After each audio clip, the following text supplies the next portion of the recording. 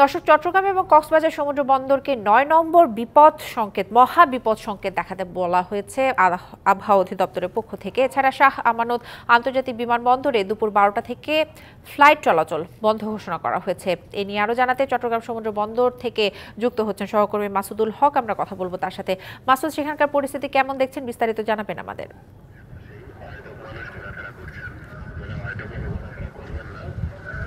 এই মুহূর্তে আমি রয়েছি চট্টগ্রাম বন্দরের ৮ নম্বর জেটিতে। এই মুহূর্তে কিন্তু এই জেটিতে কিন্তু অসংখ্য জাহাজ থাকে। ঠিক এখন কোনো জাহাজ নেই, সব জাহাজ শূন্য। পুরো জেটি, পুরো বন্দরে কিন্তু একই অবস্থা। আপনারা জানেন আজকে সকাল থেকে কিন্তু চট্টগ্রাম বন্দরে রেড অ্যালার্ট ৪ জারি করা হয়েছে, অর্থাৎ এটি হলো তাদের নিজস্ব অ্যালার্ট। এবং এইখানে যে সমস্ত জাহাজ রয়েছে, বড় বড় জাহাজগুলোকে সেগুলো পাঠানো হচ্ছে বহির্নোঙরে, এবং যে সমস্ত কর্ণফুলিতে যে সমস্ত লাইটার জাহাজ রয়েছে সেগুলোকে রাখা হয়েছে উজান অর্থাৎ কর্ণফুলির বিভিন্ন জায়গায়।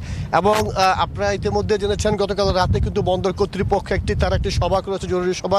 সেই সভার পর থেকে কিন্তু চট্টগ্রাম বন্দরের বহির্নোঙরে এবং জেটিতে সকল ধরনের পণ্য খালাস বন্ধ রয়েছে। এবং এখানে যে সমস্ত আপনার গ্যান্ট্রি কেন থেকে যে যন্ত্রপাতি রয়েছে সেগুলো নিরাপদে রাখা হয়েছে। এবং আরেকটি বিষয় হচ্ছে, এই ঘূর্ণিঝড় মোকাবেলায় প্রশাসনের পক্ষ থেকে নেওয়া হচ্ছে বিশেষ ব্যবস্থা। পুরো চট্টগ্রামের নগরী এবং জেলায় প্রায় ১,৯৯২টি আশ্রয়কেন্দ্র খোলা হয়েছে। এছাড়া ২৫০টি মেডিকেল টিম রাখা হয়েছে। এবং ইতিমধ্যে আপনারা জেনেছেন চট্টগ্রাম শাহ আমানত আন্তর্জাতিক বিমানবন্দরে দুপুর ১২টার পর থেকে সকল ধরনের ফ্লাইট ওঠানামা বন্ধ এবং সকল কার্যক্রম বন্ধ ঘোষণা করা হয়েছে রাত ৮টা পর্যন্ত।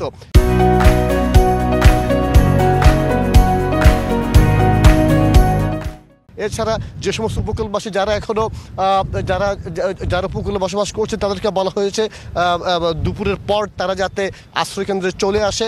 এবং আবহাওয়া অফিস জানিয়েছে এই মুহূর্তে ঘূর্ণিঝড়টি চট্টগ্রাম বন্দর থেকে প্রায় ৪০০ কিলোমিটার দক্ষিণ পশ্চিমে অবস্থান করছে। সেটি আজকে